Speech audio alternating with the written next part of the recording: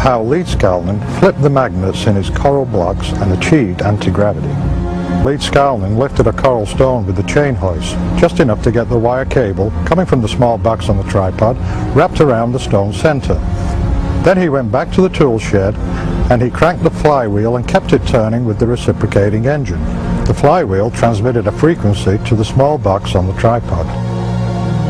The tuners in the box converted the frequency into electromagnetic field around the coral block, thus flipping the magnetic pole in the coral and neutralizing its weight.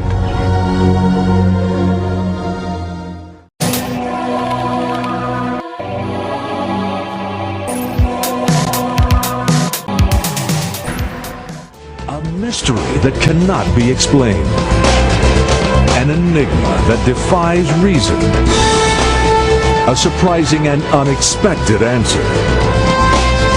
To encounter such a mystery firsthand may change your life forever.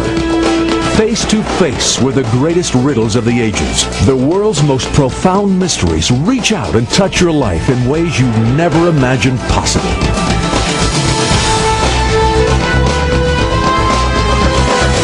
Extreme Mysteries. For hundreds, no thousands of years, kings and generals, historians and archaeologists, architects and mathematicians have argued over who and how the Great Pyramids were built. Is it possible the answer can be found not in some ancient Egyptian tomb, but in an amazing tourist attraction in modern-day Florida called the Coral Castle?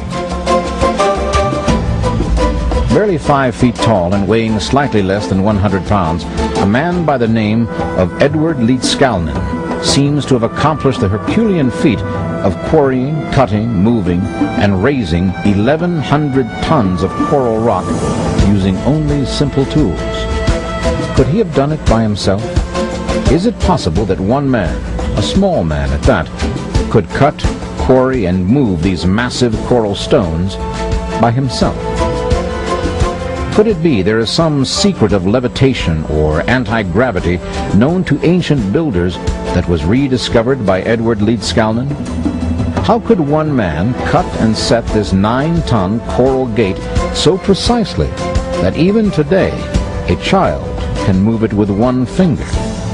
The answer will amaze you. Coral Castle is perhaps America's most intriguing mystery. Like the Great Pyramids of Egypt, it shouldn't be there. But there it is, welcoming visitors every day into its unusual confines and its unbelievable history. Ed Leedskalnin said he knew the secrets of how the pyramids of Egypt were built, and I believe his claim was accurate.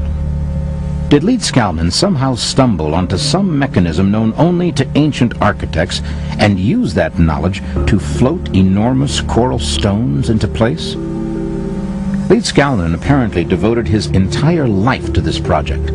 Was it a labor of love? Why did he always work alone and at night?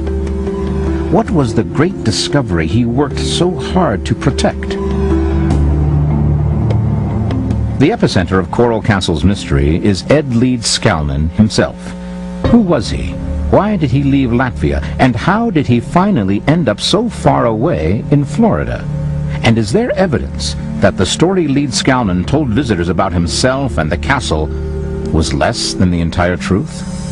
Ed Leedskalnin was born in Latvia in the year of 1887. There he trained as a cleric and also as a stonemason. In 1912, at the age of 26, he was engaged to his 16-year-old girlfriend Agnes Scoff. The day before the wedding, she decided to call the wedding off, telling Ed that he was too old to marry her. Crushed by this sudden rejection, Ed left Latvia that year, and eventually he wound up in Florida.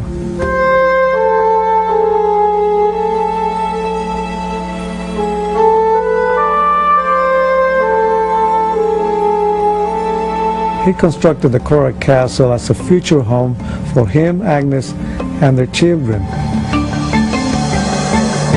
Ripley's, believe it or not, called this Feast of Love table the world's largest Valentine. Ed called this the Grotto of the Three Bears, where the children would play, and he created this repentance corner where their naughty children could be punished.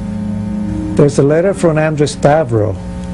who investigated Ed's life in Latvia, he tells a different story. I met his relatives, found one document and one old photograph of him. In short, Ed's descendants insist that during the 1905 and 1907 uprising, he was an armed guard against the Tsar and left Latvia because of repression of the Tsar's secret police. If Leedskalnin was keeping a low profile about his past, then can we entirely trust his explanations about how he moved and lifted coral stones weighing up to 30 tons? And why would Leedskalnin keep his actual construction methods secret? One person who knew Ed remembers asking him how he did it. Ed always seemed a little vague on just how he attacked the task of moving the huge tonnage of rock, but he told me he understood all the laws of weights and levers. To explain how he managed to move the huge stones, Ed would always tell people, I have discovered the secrets of the pyramids. I have found out how the Egyptians and the ancient builders in Peru, Yucatan and Asia, with only primitive tools, raised and set in place blocks of stone weighing many tons. If we assume that Ed Leedskalnin and the pyramid builders were using the same tools and methods, then based on Ed's abilities, it would have only taken approximately 4,700 workers to build the Great Pyramid, instead of the 20,000 to 100,000 that is estimated. This photograph seems to show Leedskalnin using a chain hoist on a tripod structure to lift the coral blocks. Indeed, many people who knew Ed Leedskalnin believe he moved those blocks with simple, conventional tools, though no one actually saw him work. In order to prove the methods of construction that Leedskalnin used, we'd have to replicate the more difficult aspects of the work. Leedskalnin might have been able to hoist the 6-ton blocks for the wall with conventional mechanical tools, but that does not explain how he raised the 23-ton obelisk, or especially this 30-ton block in this wall, all by himself and only with a 10-ton chain hoist. One of the most amazing aspects of this mystery is its complete accessibility. The castle is, after all, open to the public. So has anyone ever tried to move any of Leedskalnin's structures with conventional tools? Or tried to figure out how many people would be needed to do the job? One of Ed's most remarkable works is the 9-ton door. It's so perfectly balanced on an old mill shaft that incredibly it will open to the push of one finger. In order to repair the door in 1986, Coral Castle had to hire a 6-man crew with a 20-ton crane to move the door and make the needed repairs. And after the repair, the door was no longer as perfectly balanced and positioned as when Leedskalnin constructed and placed it by himself. So how did Leedskalnin do it? And just how much did Leedskalnin want the world to know? Can we discover any clues to his secret building methods in the papers and booklets he wrote? In his booklet on magnetic current, Leedskalnin said that all matter consisted of individual magnets. He believed that magnets from the middle of the Earth attracting objects containing both North and South Pole magnets cause gravity. Is it possible that Leedskalnin somehow figured out how to turn off gravity using his unconventional ideas about the nature of all matter? But isn't a world without the law of gravity really an impossibility? I was baffled about the nature of anti-gravity until a colleague asked me to describe it. I said that it was a means by which objects could be lifted.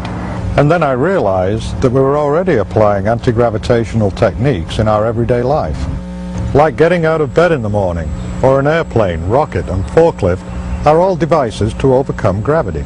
So I asked myself, what if there's no such thing as gravity? If, as Leedskalnin claimed, all things, all matter consists of individual magnets, could the known properties of magnetism explain gravity? Then I began to speculate that Leedskalnin was creating anti-gravity by simply flipping the magnetic poles in his coral blocks so they would match and therefore repel the magnetic polarity of the Earth. The flywheel in Leedskalnin's tool shop consists of bar magnets set in cement. It is mounted on a 4th-row camshaft. But this photo of Leedskalnin with his hand on the crank may not represent the entire operation. It is possible that there was a reciprocating engine attached to the crankshaft so that Ed could walk away and leave the flywheel running. I believe also that it became part of a radio transmitter. This photo of Ed Leedskalnin working shows him lifting a coral stone with his chain hoist on a wooden tripod. The tripod was made of old telephone poles with a small wooden box on top. Leading out of the box was a wire cable that goes down towards the ground. What was in the box is of course a mystery, but I speculate that it contained radio tuners such as those found in his tool shed. In this other photo, Ed is standing on the crossbars of the tripod. We can see that steps go up one of the poles to the small box. So it seems Leedskalnin needed access to the box while he was working, perhaps to adjust the tuners. Magnets, flywheels, reciprocating engines, transformers, tripods with mysterious boxes, and radio tuners. How do the pieces of this puzzle fit together? And could the answer be a way to defy gravity and a spectacular end to the energy crisis? With rolling blackouts and gas prices skyrocketing at the pumps, you won't want to miss what comes next.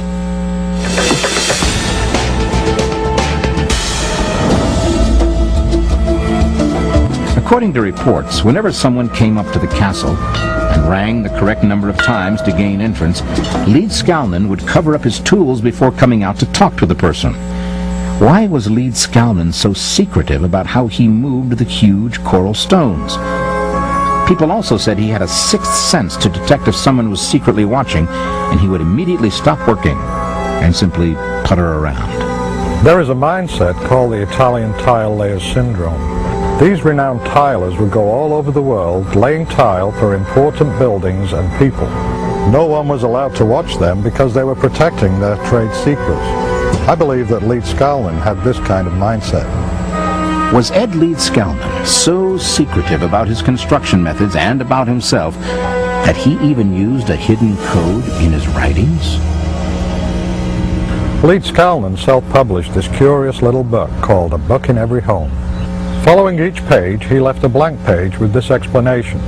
Reader, if for any reason you do not like the things I say in this little book, I left just as much space as I used so you can write your own opinion opposite it and see if you can do better. It's possible that he left the empty space for the reader to decipher a code hidden in metaphors in his book. The code may ultimately reveal how he built the Coral Castle. The book also talks about family life, Sweet 16, and how to raise boys and girls. One curious sentence says, "Don't raise girls too big by overfeeding them." Could raising girls be a metaphor for raising a stone? In Leedskalnin's writings on magnetic current, he suggests a series of experiments using magnets. Perhaps these experiments are an important key to understanding how Leedskalnin, using anti-gravity, moved coral blocks. That Ed's secrets lie hidden in code and metaphors in his writing is an intriguing possibility. But can we look anywhere else for evidence that Ed really figured out how to eliminate or minimize the effects of gravity? Did some neighbors penetrate the wall of secrecy and actually catch Ed? One legend is that there were some children spying on Ed undetected and saw him floating coral blocks in the air like hydrogen balloons. There are additional reported incidents. In 1936, Leedskalnin decided to move his original castle in Florida City, Ed called it Rockgate, to Homestead, reportedly to escape the threat to his privacy from a subdivision to be built nearby. He dismantled the castle and moved it, stone by stone, to Homestead, where it is today. For the first and only time, Leedskalnin sought help with the move. Ed Leedskalnin hired a tractor to pull the chassis of an old truck that he had. He had the driver leave the empty truck and come back the following morning to haul the full load of heavy coral stone to Homestead.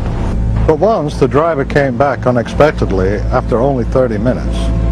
To his amazement, he found that the truck was already loaded down with several huge blocks of coral. The driver remembered, "It was impossible to have stacked those gigantic blocks in under 30 minutes, even with a steam-powered derrick.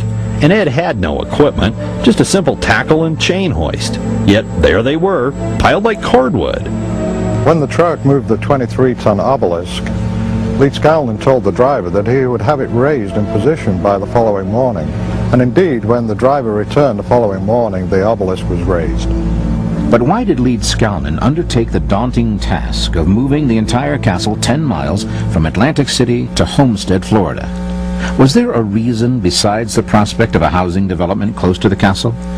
And does the actual location of the castle itself contribute to its mystery? Some researchers believe that there is an energy grid that is formed around the entire Earth, an invisible pattern of energy lines that concentrate points of electromagnetic energy where the lines intersect. Did Leedskalnin somehow learn the secrets of this energy grid? And is Coral Castle a power point? I've heard that it had a map of the magnetic energy points of the Earth. Ray Stoner, in his book, The Enigma of Coral Castle, suggests that Leedskalnin moved the original castle to Homestead not because of an encroaching housing development, but because a surveying error misplaced the original castle 10 miles from the energy grid.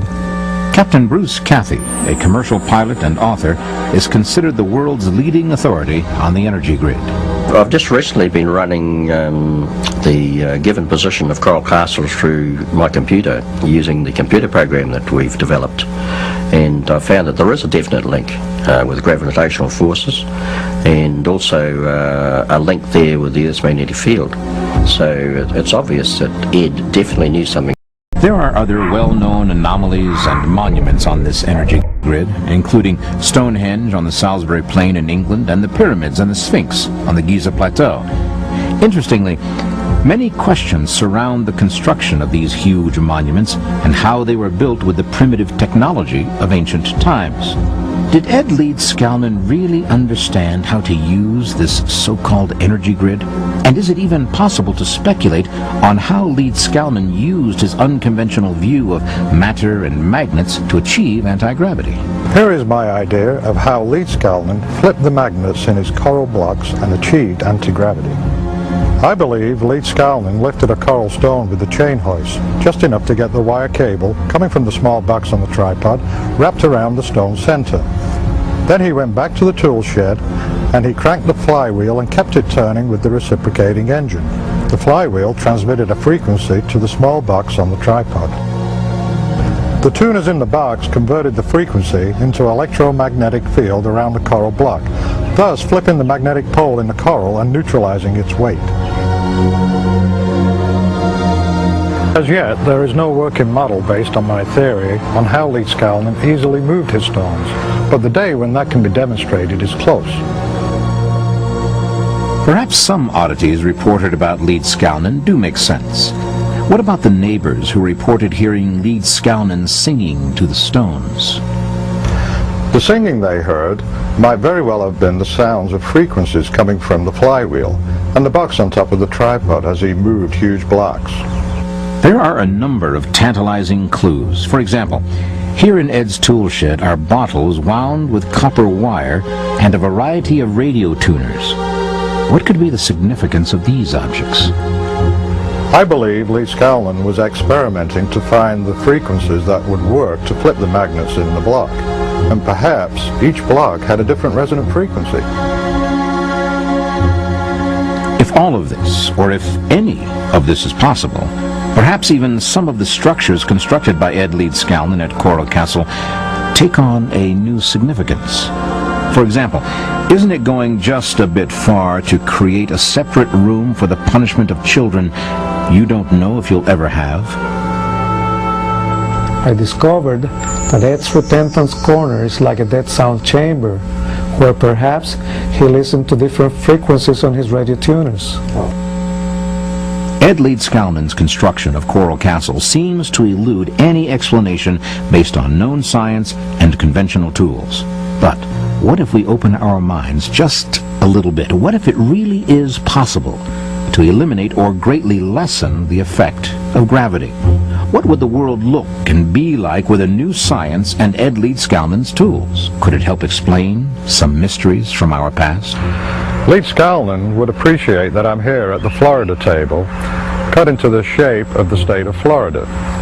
He envisioned sitting here with the governor of Florida, along with the legislature, sitting in the rocking chairs discussing important matters. If anti-gravity is the answer to Leedskalnin's construction of Coral Castle, it will be possible to finally know how Stonehenge, the Sphinx and the Great Pyramid and other ancient monuments were constructed, all unexplained by the primitive technology of their times. My research shows that the Great Pyramid was a geomechanical power plant that responded sympathetically with the Earth's vibrations, converting that energy into electricity. The Egyptians used the same principles of anti-gravity that Ed Leedskalnin understood and created an unlimited source of clean energy. The Great Pyramid and other ancient monuments were constructed, all unexplained by the primitive technology of their times. My research shows that the Great Pyramid was a geomechanical power plant that responded sympathetically with the Earth's vibrations, converting that energy into electricity. The Egyptians used the same principles of anti-gravity that Ed Leedskalnin understood and created an unlimited source of clean energy. Could we be talking about an end to the current energy crisis? And an end to rapidly escalating gas prices at the pump? And electric rates at home? Can we stop building costly new power generating plants? There is a small group of scientists in the world that have all this knowledge and they're using it. We're told in recent days that there's an energy crisis. They're having problems with creating new energy sources. Well, that's not true. The whole of the gravity field is energy, and it'll never run out. Now, all these new energy systems, all you'll have in a house, whether it be an antenna on the roof, a small box full of electrical circuits hanging on the wall somewhere or in a cupboard, and you've got free power. That's all you need. This was done way back in 1931 by Tesla, Nikola Tesla.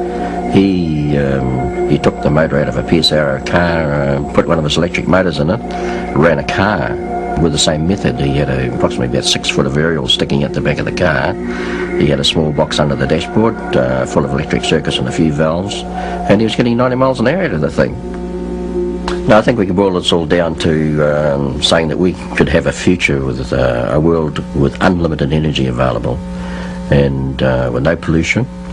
And to think now, a man like Ed Leedskalnin, just a small guy like he was, 5 foot tall, and he knew the secrets of anti-gravity. Now, how did he do it? If he can do it, and otherwise fairly uneducated, what would happen if they taught this in our universities? If the dream of a pollution-free world seems like nothing more than a wild fantasy, consider this. A group calling themselves the International Tesla Electric Company is today offering people free electricity to be generated on their own property by a new type of generator that uses the power of magnets. But how did Ed Leedskalnin, a man with only a 4th grade education, come to understand the most complex secrets of the universe? On Saturday night, Ed would ride his bike into town, dressed in his best clothes. He sat on his bike and watched the people, studying the personalities of those who came by. And with equal care, he relentlessly observed natural phenomena. Millions of people all over the world have been fooled, including myself, by wrong drawings in astronomy books in showing how the Earth's yearly pass around the Sun causes summer and winter. In fact, the drawings are wrong. I was lucky. I made a rock telescope and a rock sundial, and they de-fooled me. Now I know the right path the Earth follows. The scientists should come to Rockgate, Homestead, Florida, and have a good look at the new drawing, the telescope, and the sundial, and then notice how they would affect science. And he also observed nature with incredible detail. This is for biologists. I can see chromosomes without a microscope. To see, I close my eyes and then I open one eye just a little to look at the blue sky. Then I can see chains of beads floating in the liquid in my eye. Was it simply Ed Leedskalnin's quiet observation of the world that facilitated his understanding and discoveries about the world? Did he learn his secrets from the study of ancient Egypt? Is all matter composed of magnetism, as Leedskalnin claimed? And can scientists today alter the polarity of magnets to nullify the pull of gravity? Could it be that ultimately the answer is in an invitation to explore and study things for ourselves? Ed's sign at the castle boldly warns visitors, you will be seeing unusual accomplishments. That is certainly the case. On November 7, 1951, Ed Leedskalnin took a bus to Jackson Memorial Hospital, leaving a sign at the castle, "We'll be right back." A month later, he died quietly in his sleep from cancer. Unfortunately, Ed died without revealing his secrets. The mystery of his spectacular coral castle remains unexplained.